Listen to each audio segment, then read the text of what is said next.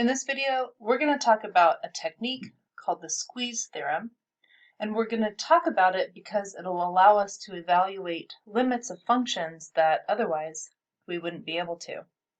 For example, the function that we see on the screen, if I plug 0 into this function, trying to use direct substitution, I get an indeterminate form. But the only techniques that we have for indeterminate forms are algebraic. We can try and simplify, reducing out any factors that are causing the zeros. That's not going to help here. We can try a conjugate if there's a radical. There is no radical, so there's nothing to conjugate. Or we can try and simplify a complex fraction, but this is not a complex fraction.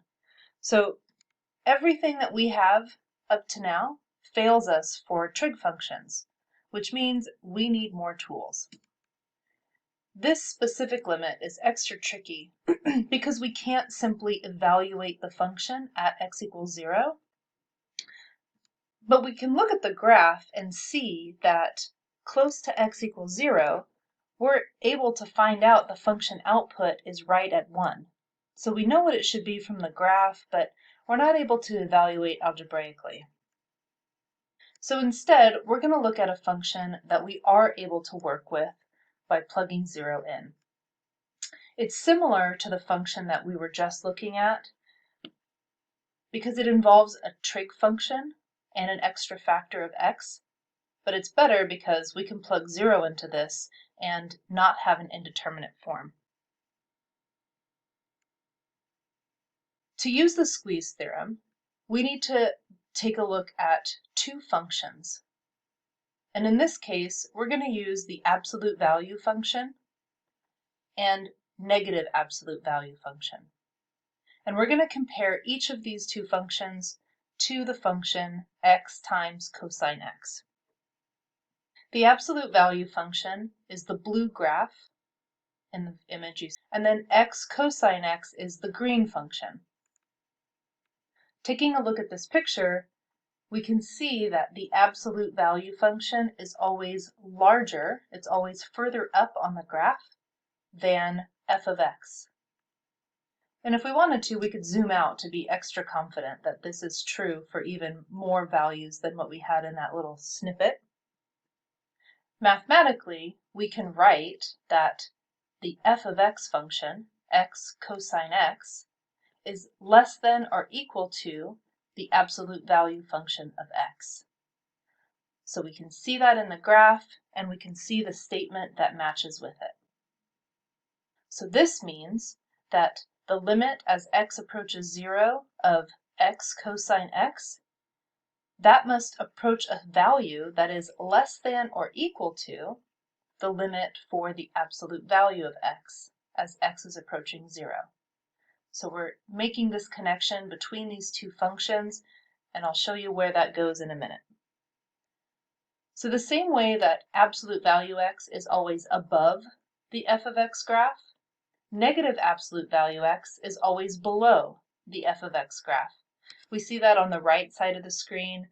The red graph is negative absolute value x, green is f of x, and again we could zoom out and convince ourselves that this is true for even more values of our functions. Mathematically, we can write that negative absolute value x is always less than or equal to our function f of x.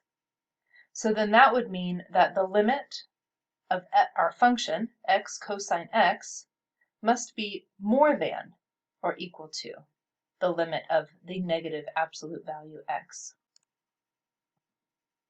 Now, before we can proceed with the squeeze theorem, let's talk about this absolute value function and how it can be written as a piecewise. We all know that absolute value takes in positive numbers and spits them out as the same positive numbers, and it takes in negative numbers and spits them out as a positive version of that same number. So the piecewise function for absolute value x has two parts. If the input is larger than 0, that means we're already plugging a positive number into the function, and so absolute value x really just looks like plain x. However, if we're plugging in a value that's less than 0, then we're plugging in a negative number. So to correct that, we can multiply by another negative to make it positive. So what I'm saying is, if I plug a negative number into my absolute value, I'll get the same answer as if I plug a negative number into negative x, because it creates a double negative resulting in a positive. We're going to use this piecewise function to help us evaluate the limit for these absolute value functions. On the last slide, we saw that we were able to compare x cosine x to absolute value x. And so if we know the limit of this, then we're a little bit closer to knowing the limit for x cosine x. So let's go ahead and calculate this two-sided limit using the piecewise definition for absolute value x. Because it's piecewise, we will have to separate this into a left and a right limit. So coming from the left, we're using numbers that are less than 0, which means we need to use this bottom portion of the piecewise. So if we're approaching 0 from the left, then instead of absolute value x, I'm going to use negative x, and then I can use direct substitution from here. If I plug in numbers that are very close to 0, but on the left of 0, they would be a negative with another negative, and it's going to inch its way closer and closer to 0. If I were to instead look at the right side, then we're looking at x values that are greater than 0. So this time I would use the top half of the piecewise. We're approaching 0 from the right. I would replace absolute value x with x. This is one of our basic limit definitions, so I know that's equal to 0. Since we see the left-sided limit is equal to 0 and the right-sided limit is equal to 0, we can say that they match, which means the two-sided limit matches them as well. We can do a very similar argument for the limit of the negative absolute value function. I'll leave that to you as an exercise to try on your own. You would use the same piecewise definition, but you would use negative absolute value x, which is going to reverse the roles here. You would have negative x if x values are larger than 0, and you'd have positive x if x values were less than or equal to 0, because you'd do a double negative there. Now we're ready to talk about the squeeze theorem. Remember, we're looking for the limit of the function x cosine x. To do this, we're going to use the squeeze theorem. The squeeze theorem requires us to find two functions, one that's always larger than our function, and one that's always smaller than our function. That way we can write statements like what we have on the screen. The limit of x cosine x had to be smaller than or equal to the limit of the absolute value x. We said that was 0. And then I told you that you could reverse the argument for negative absolute value x. That says the limit x cosine x needs to be more than or equal to 0. Now we're saying that one thing has to be smaller than or equal to 0. That same thing has to be greater than or equal to 0. The only way for that to be true is if we squeeze the two things, or the one thing, between the zeros. The only way for both of these statements to be true is if that limit is also equal to 0.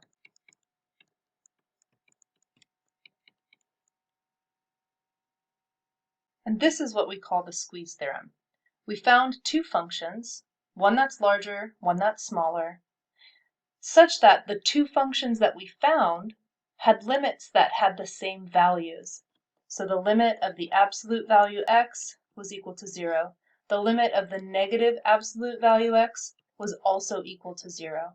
And that's what allowed us to squeeze the limit that we were looking for between the two values of 0. Essentially, we said that it needed to be less than or equal to 0 and greater than or equal to 0, and the only way for that to be true is for it to be equal to 0. In short, the squeeze theorem says this: if you are able to find a function that is smaller and a function that is larger than the function in question, and you're able to show that the limit for those two functions that you found is equal to the same value, then you can show that the function in question has a limit that's equal to the other two functions as well. We're essentially finding two functions to squeeze our middle function between. The hard part of the squeeze theorem is finding the two functions. But once you have those found, the rest is a piece of cake. Let's get back to that sine x over x function. We said this was a problem because it had an indeterminate form that we didn't know how to correct. So we took a step aside, looked at another function so that we could understand a process called the squeeze theorem. Now that we know what the squeeze theorem is, let's try to apply it to this function. To do that, we need to find a smaller function, like f of x, and a larger function, like h of x. And the two functions that we find, f and h, need to approach the same limiting value when we allow x to go to a. Then we can use the squeeze theorem. Looking at our graph, we can't use the same two functions that we used for the last limit that we evaluated. Although absolute value and negative absolute value worked for x cosine x, it will not work for this function. It's going to be a bit tricky to find the two right functions for this limit, so we're going to need to do a little more groundwork before we can solve this problem. Let's talk about sine and cosine functions. Now, you've all taken a trig class before, and so I know you've seen these functions, but one thing that's often overlooked is that the sine and cosine function are the coordinates of any point on the unit circle. So in the picture that you see, I've got a green unit circle. I've got a little point marked on the unit circle, and it's hard to read, but the coordinates say cosine t sine t. The t value that I'm using there is the angle between the x-axis and a ray that's formed by that point. So the angle right here is the t that I'm talking about. So as that angle changes, the point moves along the circle.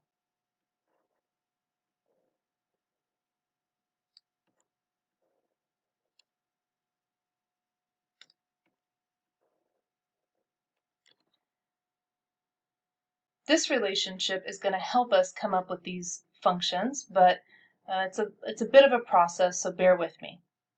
We have an angle between the x-axis and the ray that you see on the screen, and I'm calling that t or theta. That angle is made up with a ray that passes through the point cosine t sine t. Now sine t is the y value. That's basically telling us how high up that point is from the x-axis. The orange dashed line is showing us the value of sine t.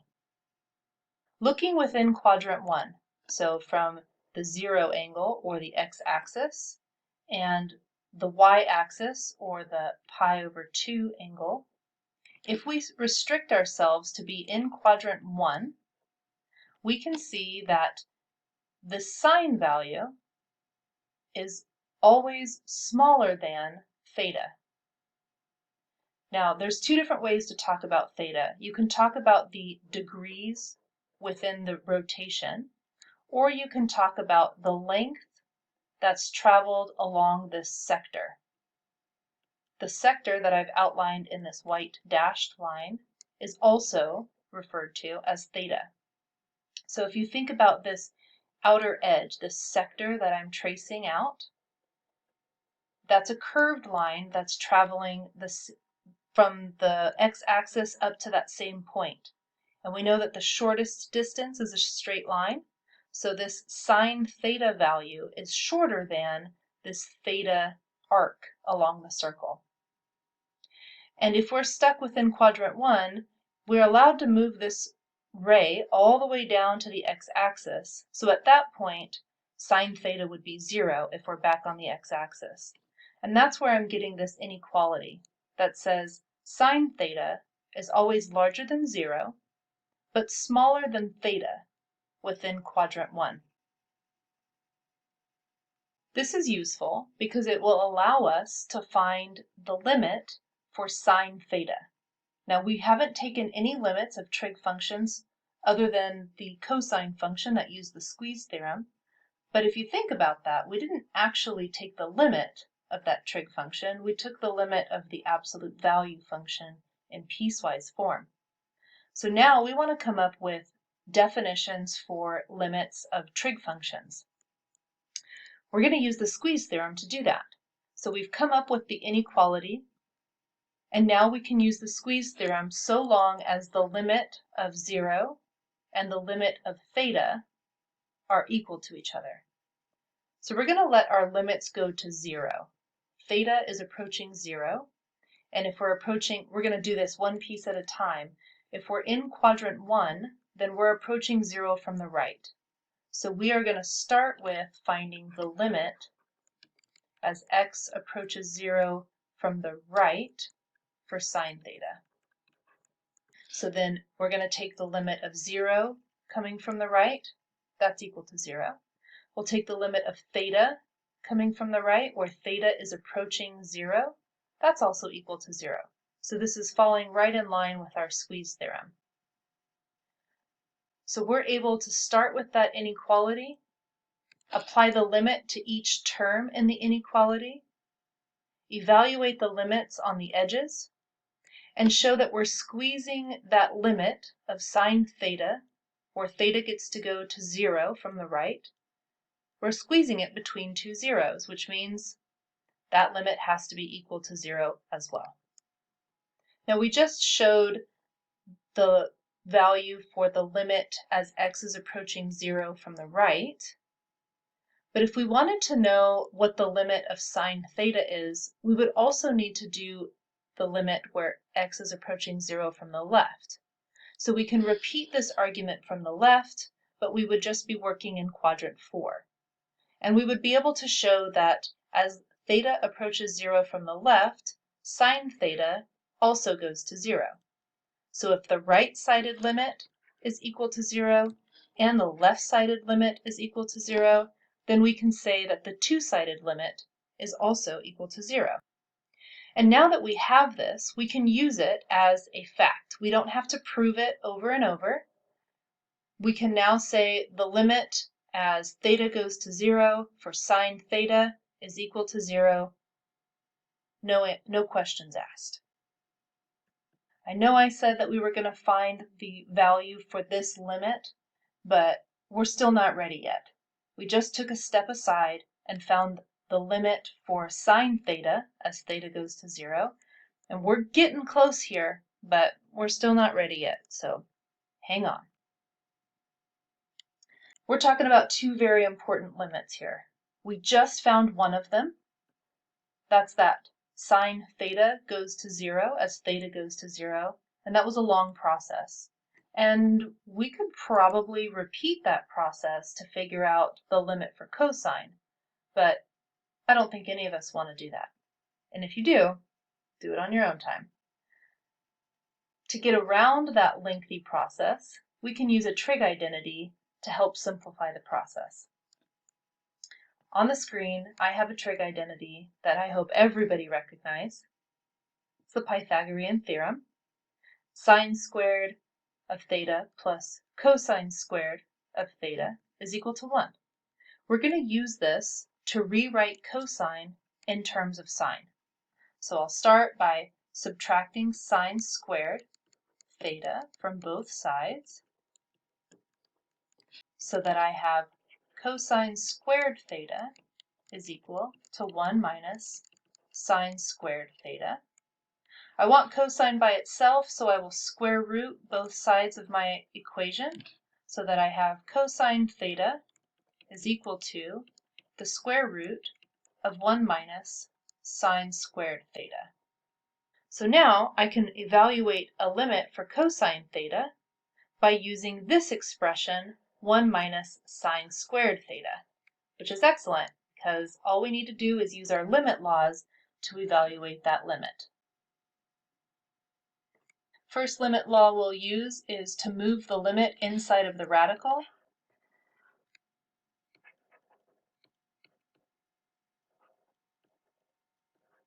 Then we'll separate the two terms, 1 minus sine squared theta, so that each one gets its own limit.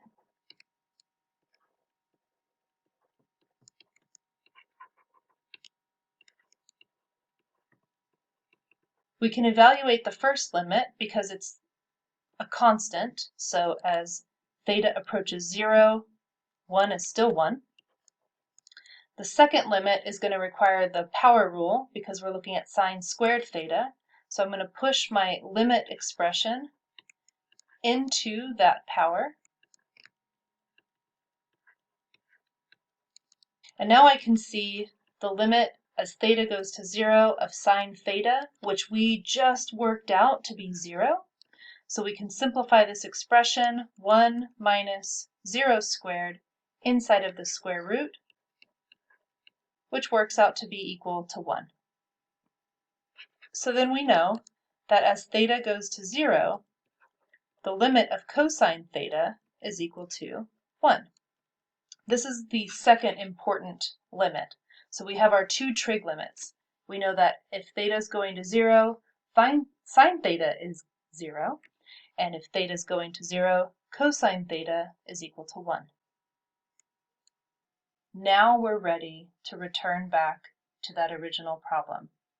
The limit as x goes to 0 of sine x over x. We want to use the squeeze theorem here, and to do that we need to find the smaller function f and the larger function h. And we need to make sure that the limits for both f and h go to the same value. So we're going to repeat kind of the process that we used to find the sine theta limit. We're going to look at our circle in quadrant 1, and we're going to identify a few pieces. Remember that we have theta here, but theta is also the arc along the edge of the circle. Looking at this diagram, we can see that as long as we're in quadrant 1, where theta is stuck between 0 and pi over 2, it will always be true that sine theta, the orange piece, is smaller than theta, the green arc, which is smaller than tangent theta, this turquoise side. So we're coming up with this relationship. Sine theta is smaller than theta, and theta is smaller than tangent theta. And this is true in quadrant 1. Now that's nice, but remember we're looking for two functions that are related to sine x over x. And so far we just have sine theta, tangent theta. We don't have either one of those over x. So we're going to have to do some algebra. Starting with the inequality that we found from the picture on the last slide, remember that we're looking for a function that is smaller than sine x over x and a function that is larger than sine x over x. First thing I'm going to do is rewrite this inequality where I swap the variables out. We were working with x's. We switched over to theta when we started talking about trig functions, but let's switch back to x's. So I'll write out sine x is less than or equal to x is less than or equal to tangent x. We just swapped the variables, not a big deal. And we're going to do some algebra to this expression so that we can turn it into what we want, sine x over x in the middle. So the first thing I'm going to do is divide by sine x on every term.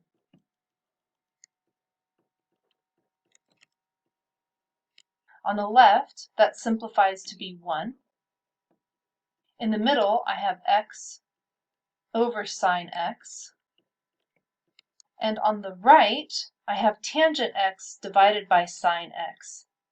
Now here's another trig relationship. Tangent is really sine over cosine. And I'm dividing that by sine x, which is the same thing as multiplying by 1 over sine x. My two sine functions divide off. So my inequality now looks like 1 is less than or equal to x over sine x is less than or equal to 1 over cosine x, which we could write secant, but because I know what's coming next, I'm going to leave it as 1 over cosine x. Now in the middle, we almost have what we're looking for, x over sine x. We need to flip that. If we flip this, we need to flip the entire inequality, including the inequality symbols. So it would then look like 1 is greater than or equal to sine x over x, which is greater than or equal to cosine x over 1, or just cosine x. Now that might feel a little hand-wavy, but I challenge you to pick a few fractions and put them into an inequality and flip the whole inequality over to see that this is real. You can do that. And this is it. We found our two functions. We have a function that's always larger.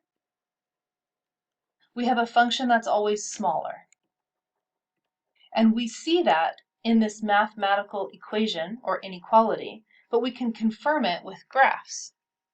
So I'm looking at that same inequality relationship.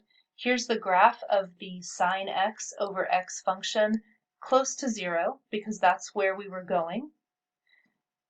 The blue line is the flat constant curve, 1.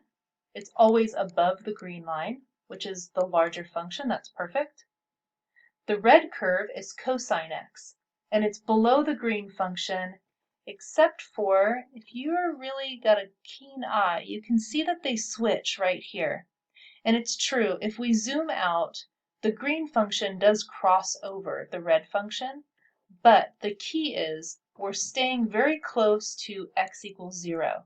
Our limit is having values approach 0, so it's okay as long as in this very tiny vicinity, cosine x is smaller than sine x over x. So we have our two functions squeezing the green function, which means we are set up for the perfect squeeze theorem. We still need to check that the limit of the two functions we found go to the same place. And visually, I think we can confirm that. The blue function goes right through 1 at x equals 0, and so does the red one. So we're definitely squeezing the green function, pinching it right there at the x equals 0 value. So now we're ready. We want to evaluate this limit where x goes to 0 of sine x over x. To do that, we had to find a larger function, a smaller function, so that we can take the limit of all three terms of this inequality. We evaluate the limits on the outsides. The limit of the constant 1 is equal to 1. The limit of the cosine function is equal to 1. Therefore, we're squeezing this limit between the values 1 and 1. That limit has no other choice but to be equal to 1. This is a very important result. I encourage you to memorize it because you will use it through all three calculus series and beyond. I know this video is getting long. This is the last limit that we're going to evaluate. It is another one of these very important limits that you want to memorize. You might think squeeze theorem, but the good news is we don't have to do squeeze theorem for this. Instead, we can use some algebra to help us out. We're going to multiply by the conjugate of the numerator. So similar to what we did in examples with indeterminate forms, but this is not involving a radical, So it's going to be a little bit different. But technically we do have an indeterminate form, so this is kind of one of our problem-solving techniques. I need to make sure that I multiply the entire numerator across as well as the entire denominator. So now my limit will be, as theta is approaching 0, I'm going to FOIL out my numerator so that I have 1 squared minus cosine squared. Go ahead and work that out if you don't trust me, but maybe you recognize it's a difference of squares. And then in the denominator, we'll have theta times 1 plus cosine theta. Now from here, if you remember the Pythagorean theorem, when we solved for cosine, it looked like 1 minus sine squared. Well, now we're looking at 1 minus cosine squared, which means our numerator is actually sine squared. And our denominator is theta times 1 plus cosine theta. And now I'm going to separate my rational function into two factors so that I have sine theta over theta times theta over 1 plus cosine theta. And the reason for that is that I can use my limit law that allows me to separate this product and take the limit of each factor. And I see one of my very important trig limits showing up in that first limit. I can evaluate this using the last limit we just proved. We said that this was equal to 1. And then the second limit, I'm able to plug 0 into this without causing any catastrophes. I will have 0 on top, and then anything I plug into the bottom, as long as it's not 0, if it's just a number, we're fine. We plug 0 into cosine, that turns into 1 plus 0. Oh, sorry, cosine at 0 is 1. That'd be 1 plus 1, or 2. So this limit works out to be 0. This is one that you're going to want to memorize. The limit as theta goes to 0 for 1 minus cosine theta over theta, it's equal to 0. So we have lots of important limits that we discovered in this video. Maybe give it a second watch, or at least take notes and read through the chapter so that these things stick with you.